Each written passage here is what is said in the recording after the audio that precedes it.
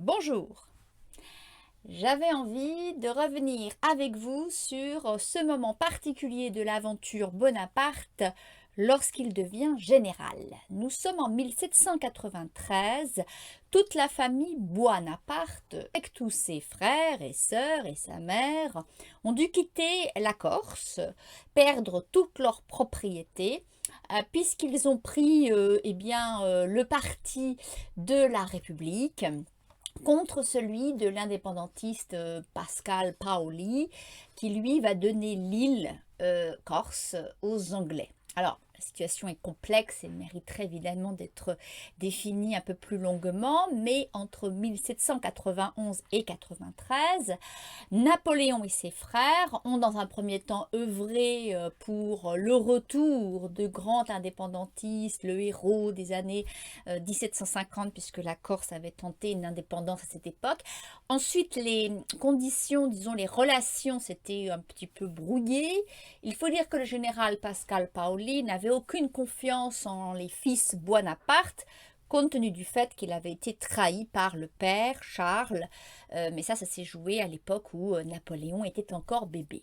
Bref, finalement, les Bonaparte avaient pris la cause de la République, notamment le comte de Mirabeau, que Napoléon aimait beaucoup, qui avait plus ou moins évoqué le fait que sous le chaperonnage d'une République française, la Corse pourrait être un peu plus indépendante. Donc c'était un gage qui les avait, on va dire, convertis. Mais chez les Bonaparte, c'est compliqué de savoir où est l'opportunisme et la conversion, on va dire, sincère. Alors en attendant le retour, j'ai envie de dire, sur Terre et sur le continent en 1793 ne se fait pas de manière aisée. Et s'il n'y avait pas eu un autre Corse en exil bien installé dans ce qui va devenir la Convention, c'est-à-dire Salicetti, eh bien les Bonaparte auraient eu du mal de trouver une place. Alors, Napoléon, à l'inverse peut-être de ses frères, a un métier. Ce métier, c'est celui de militaire, celui d'artilleur. C'est vrai qu'on n'avait pas beaucoup vu quand même à l'armée.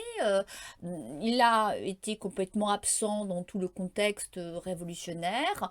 Il touchait sa solde, mais n'était strictement jamais là. Et entre 91 et 93, alors là, c'était un congé qui n'a cessé de se prolonger. Bref, il faut quand même bien qu'il réintègre quand même un régiment. Il est accueilli fort bien, il faut le dire. Néanmoins, on lui donne un job qui ne lui plaît pas, c'est-à-dire il se retrouve au ravitaillement, donc on est à Nice. Alors, il faut se rappeler qu'à l'époque où tout ce petit monde se rapatrie en France, et notamment dans le sud de la France, eh bien, nous vivons une guerre civile suite à l'éviction des Girondins. C'est la Montagne, vous savez, le parti de Robespierre notamment, qui domine le paysage politique. Et les Girondins exclus ne sont pas laissés faire. Et ça a été une des raisons, eh bien, tout simplement, d'une sorte de soulèvement qu'on pourrait appeler une guerre civile des villes qui font scission.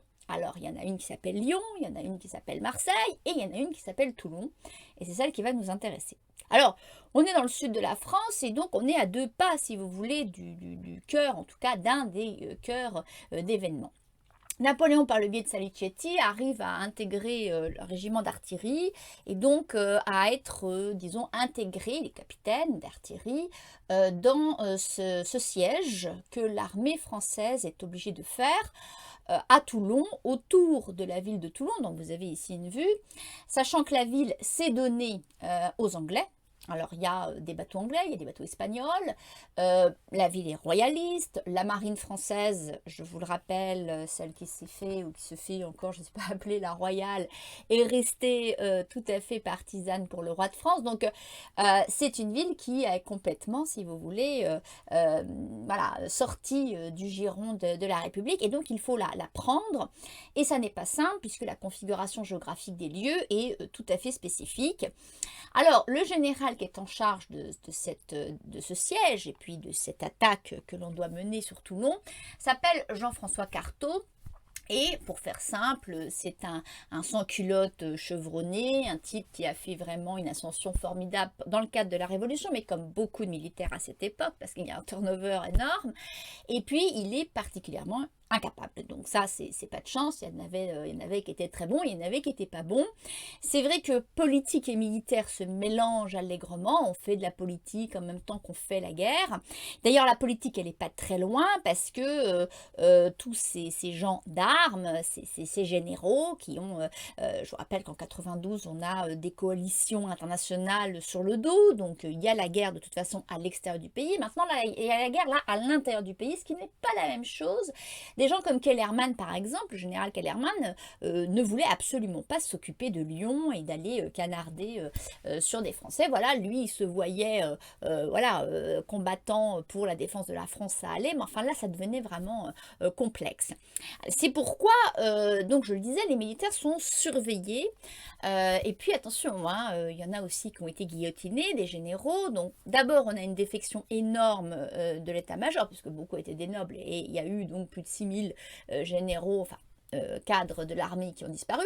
Mais en plus, on avait beau faire des nouveaux, si vous voulez, recrues, etc., les monter en grade très très vite, bon ben, ils pouvaient redescendre aussi très vite, puisqu'il y a une petite fâcherie, et ça dégénérait très vite. Alors, les deux Gugus que l'on a sur le dos à Toulon s'appelle Fréron et Barras. Alors Barras, dans l'affaire Napoléon, on ne va pas le quitter tout de suite. Ce sont des Jacobins, ce sont des gens de la montagne, et ce ne sont pas des gentils non plus. C'est vrai que par la suite, on a l'impression que Barras, il passait plus son temps à faire des malversations qu'à envoyer à la guillotine. Mais en fait, pas du tout. Ce sont des gens qui ont la main sur les répressions des villes qui sont contraires à ce qui se passe à Paris. Et puis, ils poussent, si vous voulez, un petit peu l'armée à faire quelque chose à Toulon. Alors Cartaux, il a une obsession, qui est d'ailleurs celle de la République à l'époque, c'est de faire marcher l'infanterie, c'est-à-dire de prendre la ville de Toulon par la terre. Donc vous avez des petits rectangles bleus, c'est les forces françaises, les rectangles rouges, c'est les forces ennemies. Alors vous allez me dire, bon bah ça va, ils ont encerclé la ville, c'est bon, c'est peinard, sauf que non, parce que si vous voulez, autour de Toulon, ça se présente comme ça.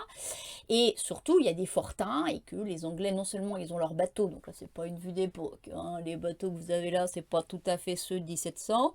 Enfin, ils ont des bateaux qui sont dans la rade, et puis autour il y a donc ce mont qui s'appelle le mont Faron, je crois, et en fait, l'artillerie française, elle est même derrière ce mont, elle est censée s'approcher de là. Enfin bon, c'est extrêmement loin. Et en gros, canarder la rade depuis le haut de la montagne, bon, bref, à l'époque, c'était pas possible. On n'avait pas du tout assez de puissance. Alors, la configuration particulière de Toulon, elle est importante parce que c'est celle qui va, je veux dire, intéresser Bonaparte, donc ce capitaine qui, lui, prend les choses en main parce que c'est son tempérament, il y a vraiment pas d'autre mot, et il dit, bah moi je sais ce qu'il faut faire, voilà, alors il faut aller du côté du fort du Caire, et puis prendre position au niveau du fort de l'Aiguillette. À ce moment-là, on aura une batterie pour canarder la petite rade et la grande rade. Bon, il faut savoir que là, pris entre deux feux, les bateaux auront un peu de difficulté de manœuvrer. Juste quand même pour vous rappeler ce que c'est qu'un navire au XVIIIe siècle, c'est 4000 troncs d'arbres dans des grandes forêts qu'on a rasés pour ça. En gros, on n'aime pas trop se faire couler un bateau comme ça. Donc, l'idée de Bonaparte, c'est de dire, si on prend ici position là, attendez, là, voilà, là, eh bien, nous pourrons leur faire peur, et puis ils dégageront, et alors après, une fois que l'armée anglaise sera partie, la ville sera à nous. Alors, le problème, il est multiple. D'abord, ce n'est qu'un petit capitaine, on ne veut pas l'écouter. La seconde chose, c'est des historiens qui vont dire, faut qu'on arrête avec Bonaparte, super génie, ça va, tout le monde avait vu qu'il fallait se mettre là pour pouvoir prendre position. Alors c'est vrai, tout le monde l'avait vu, mais enfin, entre une idée dans l'air et puis la mise en pratique de l'idée, c'est pas simple. D'autant que on a une armée complètement dépenaillée qui est là. Alors, Cartaux était incapable, donc tout ça se ressentait de manière générale. Les soldats n'étaient pas payés, n'étaient pas chaussés, n'étaient pas habillés. C'était du grand n'importe quoi, aucune discipline, j'en passe, c'était meilleur. Question artillerie, c'était archi minable. Il y avait 10 canons. Bonaparte en demande 60, on lui dit... Et de toute façon, on ne croit pas à l'artillerie dans cette espèce de problématique révolutionnaire. L'artillerie, c'était qui? C'était les officiers qui sortaient des écoles royales, Donc c'était, on va dire, une guerre technique. Et on ne croit pas à la technique, on croit à l'ardeur révolutionnaire. Donc ce qu'on veut, c'est aux armes citoyens, une foule en délire, armée de la conviction d'être dans son droit chemin ou dans son juste droit. Et à l'arme blanche, on y va et hardi petit. Bon. Bonaparte n'est pas plus républicain que ça, mais il dit simplement, en tant que militaire, ça ne marchera pas. D'abord, la position physiologique, physique de l'espace, ça ne marche pas. Et puis, on n'est pas équipé pour ça, etc. Donc, alors, il y en a qui disent, mais si, il suffirait qu'au lieu d'avoir, je ne sais plus combien ils avaient d'hommes d'ailleurs, je crois que c'était 10 000, ou il fallait en avoir 60 000, et puis on aurait pu prendre position partout. Donc, bla, bla, bla, bla, bla, et rien ne se passe si le capitaine Bonaparte fait toujours appel à son pote corse qui lui est bien placé et il arrive à obtenir des pièces d'artillerie qu'il fait chercher à droite et à gauche. Il a des chevaux qu'il prend pour aller tirer tout ça. Quand son général en chef lui dit file-moi tes chevaux pour que j'aille me promener ou il dit non. Donc déjà, il y a une espèce de caractère qui s'affirme. Et puis alors surtout, c'est une caractéristique chez lui, c'est que c'est un rat de bibliothèque, ça ceux qui ont suivi la conférence le savent, il prend des notes sur tout, il écrit des mémoires. Donc il avait écrit déjà comment protéger Ajaccio, et Ajaccio a une configuration un peu similaire, et il rédige un mémoire pour expliquer comment il faut prendre Toulon, donc tout ça c'est noir sur blanc. Arrive un nouveau général, parce que Carto est finalement éjecté par Barras et Fréron qui commencent à comprendre que ce type n'avance pas. Et il arrive Dugommier. Dugommier, alors c'est pas du tout c'est pas un palabreur, c'est voilà, c'est un petit peu un vieux de la vieille, il a fait les guerres de 7 ans, etc. Au départ, je pense que Bonaparte s'en méfiait, finalement ça va très très bien se passer entre eux, puisque Dugommier dit l'idée est excellente. Il la met en pratique dans un premier temps, c'est-à-dire qu'il va permettre aux pièces d'artillerie d'accéder jusqu'au fort du Caire, je crois, c'est comme ça s'appelait. Parce qu'en fait, les Anglais n'étaient pas cons, hein, ils avaient bien compris, parce qu'il y avait eu des petits mouvements, donc ils avaient compris ce que les Français voulaient faire, donc ils avaient un peu pris les devants. Donc il a fallu déjà les déloger, et puis ensuite aller jusque donc, au fort de l'Aiguillette pour installer la batterie. Et puis là, en une nuit, eh bien, la chose s'est jouée. Nous sommes au mois de décembre, et dans la nuit, alors je ne sais plus, c'est 17, les Anglais font demi-tour, ils quittent, c'est-à-dire, comme je vous ai dit, ils ne veulent pas courir le risque d'avoir leur bateau au fond de la rade, donc pilonné. Et la chose est jouée. Bonaparte devient général à ce moment-là, donc a priori c'est bon, c'est joué. C'est pas bon du tout, c'est un général en plein milieu d'une tourmente révolutionnaire. Il y a quand même des choses qui sont intéressantes à ce moment-là. La première, c'est que il ne faut pas chercher à se dire « Ah, c'est The révolutionnaire » ou « Il est jacobin à fond ». Il est opportuniste, c'est sûr, mais il a des idées. Alors la première des idées, c'est que d'abord il est militaire, et que s'il avait été du côté anglais, il aurait raisonné de la même manière, c'est-à-dire que lui, il joue pour la gagne. C'est-à-dire que ce qu'il veut, c'est que ça marche, c'est gagner. Donc ça, c'est une chose importante, et à ce moment-là, il met tout en pratique pour que ça fonctionne. Bon, il s'avère que l'armée, là en l'occurrence, elle doit travailler, entre guillemets, pour le régime en place, même s'il change tous les 15 jours. La seconde chose, c'est que les soldats qu'il a eus sous sa direction, sous ses ordres, et qu'il va garder, vont devenir ses soldats. Ça va devenir son armée, et donc c'est peut-être un groupe, si vous voulez, qui va commencer à constituer et qui va rester, parce que ce sont des Junot qu'il rencontre à ce moment-là, Jean-Baptiste Muiron qui va mourir au pont d'Arcole en protégeant Bonaparte. Alors Junot, il écrivait à son père des lettres dithyrambiques partant de Bonaparte, ceci, cela, et l'autre, le père lui répond, mais enfin, de qui tu me parles, on ne connaît pas ce gars. Bon, voilà, non, on ne le connaît pas, et d'ailleurs, après ce qui va se passer à Toulon, on ne le connaîtra toujours pas. Juste pour vous dire quand même les noms qu'il va rencontrer, et puis qu'il va garder, parce que, comme je disais, les soldats n'étaient pas payés, les soldes, et puis surtout les têtes tombaient. C'est-à-dire qu'à la moindre escarmouche, il y avait des chicanes permanentes. Et ça va être une chose qui va le faire remarquer par rapport aux autres.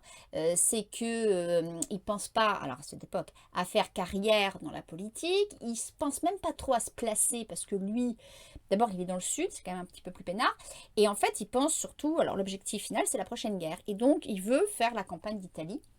Mais à l'époque, le régime des Jacobins en place n'est pas tout à fait pour. On a trop de problèmes en interne pour aller là-bas. Donc on va laisser tomber. Donc Marmont, qui va être après un grand proche de Napoléon. Alors les noms dont je vous parle sont des gens qui iront avec lui, enfin les campagnes d'Italie de 96, avec lui en Égypte en 98, qui vont revenir vivants. Et puis qui du coup continueront l'épopée. Alors, il y a un gars qui va choir, c'est ce qu'on appelle Thermidor, c'est Robespierre. Bon, Robespierre, comité de salut public, la terreur, l'horreur absolue. Et Bonaparte était robespierriste, ce qui n'était pas forcément le bon choix, du coup. Alors, il était très proche du frère de Maximilien. Bon, Maximilien, vous situez un peu, un type extrêmement intelligent sans aucun doute, sans doute aussi psychorigide quelque part en dehors de toutes ces autres qualités ou absence de qualité, mais enfin sur ce côté, disons, excessivement violent, etc., et toutes les crimes qu'on peut mettre sur son dos, Bonaparte est beaucoup plus circonspect et je pense que son point de vue est intéressant, puisqu'il a écrit un bouquin, il a écrit quelque chose dessus. C'est qu'en fait, il disait que les Barras et les Frérons, et les Taliens et les Fouchés étaient bien plus bouchés, parce qu'il les avait vus à l'œuvre en fait, que Robespierre. Dans le fond, il avait vu, lui, de près, ce que c'était que la répression à Toulon, auquel il n'avait pas participé d'ailleurs, parce qu'il y a eu des massacres organisés par Barras. Fréron était le boucher de Bordeaux. Et en fait, il avait vu l'activité de ces gens qui, après, vont prendre des mines un petit peu prudes, etc. Donc, il s'en est toujours méfié. Et ça ne l'a pas empêché d'intégrer des jacobins farouches comme Fouché, qui finiront par le trahir. Mais ça, il le savait. Il avait toujours l'idée de rassembler même les gens potentiellement contre lui, histoire de les avoir sous les yeux. Pour revenir sur les Robespierre, il ne connaissait pas Maximilien personnellement, il ne l'avait jamais vu, et il ne le verra jamais. Par contre, il connaissait Augustin, qui est un type de 24 ans, l'âge de Bonaparte d'ailleurs, parce que c'est un âge d'ailleurs au passage pas si jeune pour être général, hein. Aujourd'hui évidemment c'est très jeune, mais enfin dans le contexte révolutionnaire, voilà, je vous dis, ça passe, bon. Et en fait, Augustin a été quand même un petit peu son protecteur, notamment parce que Bonaparte est devenu un petit peu dans son rôle, une fois qu'il a eu le grade de général, il est allé à Marseille, il a vu le bordel, la poudre pas rangée, machin, et il écrit une mention en disant que les greniers de poudre, ou je sais pas comment on appelle ça, les magasins de poudre ne sont pas protégés, et que la population dont Bonaparte déteste, hein, la populace, les mouvements de foule, tout ça, les émeutes, ça non, c'est pas possible. C'est même pas une question d'être jacobin, c'est non, c'est tout, c'est pas possible. Donc lui il dit, attention, la populace, elle va récupérer tout ça, tout ça. Et alors là, comment donc le général qui remet en cause la population, etc., il est mandé à Paris, et hop, il faut qu'il monte à Paris, et là, s'il monte à Paris, en général, ça se passe pas très bien, parce que ça peut aller très vite. Bon, il reçoit pas la lettre, ou alors il fait semblant de pas la recevoir, enfin bref, en gros, il monte pas à Paris, et puis ça passe, voilà, en gros, comme ça. Enfin, c'est pour vous dire l'ambiance, et qu'il fallait avoir les nerfs un petit peu solides quand même. Il refuse une cargaison, je sais pas comment on dit ça, de fusils qui avait été fait dans des ateliers révolutionnaires. Il dit, c'est nul, j'en veux pas, c'est pas bon. Là encore il aurait pu avoir des soucis, il soutient la personne qui a refusé les fusils puisqu'il dit non, effectivement c'est nul, et c'est comme ça aussi qu'il va se créer des amitiés, on va dire des clients, parce qu'il a soutenu des militaires dans ce contexte qui pouvaient se retrouver du jour au lendemain vraiment démis de leur fonction, voire pire. Alors Augustin mourra à la guillotine comme Maximilien, un drôle de type, hein, peut-être un peu bête, on ne sait pas trop. Augustin était sous l'emprise de son frère. On disait qu'il avait une cloche dans la tête et que Maximilien tapait dessus. Bon, voilà, en tout cas, il est passé à l'as. Je ne pense pas qu'on s'en rappelle beaucoup, si ce n'est quand on parle de ce début napoléonien. Donc, Thermidor arrive et c'est la cata. En gros, il n'a pas choisi le bon camp. Retour à la case départ. On lui propose une demi-solde parce qu'il faut quand même bien le punir. Alors, il n'est pas puni plus que ça parce que tout le monde savait qu'il était quand même robespierriste. En tout cas, il n'y a pas de campagne d'Italie pour l'instant, donc il va ronger son frein à Paris. Et il va refuser toutes les missions qu'on lui propose à ce moment-là, en envisageant même d'aller se mettre au service du sultan, comme on dirait consultant de l'Empire ottoman en matière d'artillerie. Donc il en était là quand Barras viendra le chercher, hein, le dit Barras, qu'il détestait, qu'il a jamais aimé, mais à qui il doit tout. Voilà, c'est ça la vie. Alors, juste pour revenir sur Dugommier. Dugommier, il est mort en 94, donc l'année d'après, ou 95, je ne sais plus, en Espagne. Et bon, Napoléon se rappellera du fait que le général Dugommier lui a fait confiance à Toulon, puisqu'il va donner une pension au fils en l'honneur, donc finalement, de cet événement. Voilà, donc est-ce que c'est vraiment un début? Est-ce que c'était vraiment un coup de génie? Est-ce que c'était juste le hasard des situations? Voilà, je vous ai donné à peu près les informations telles qu'on pourrait les raconter. Et puis ainsi va la vie. Donc c'était l'épisode 93.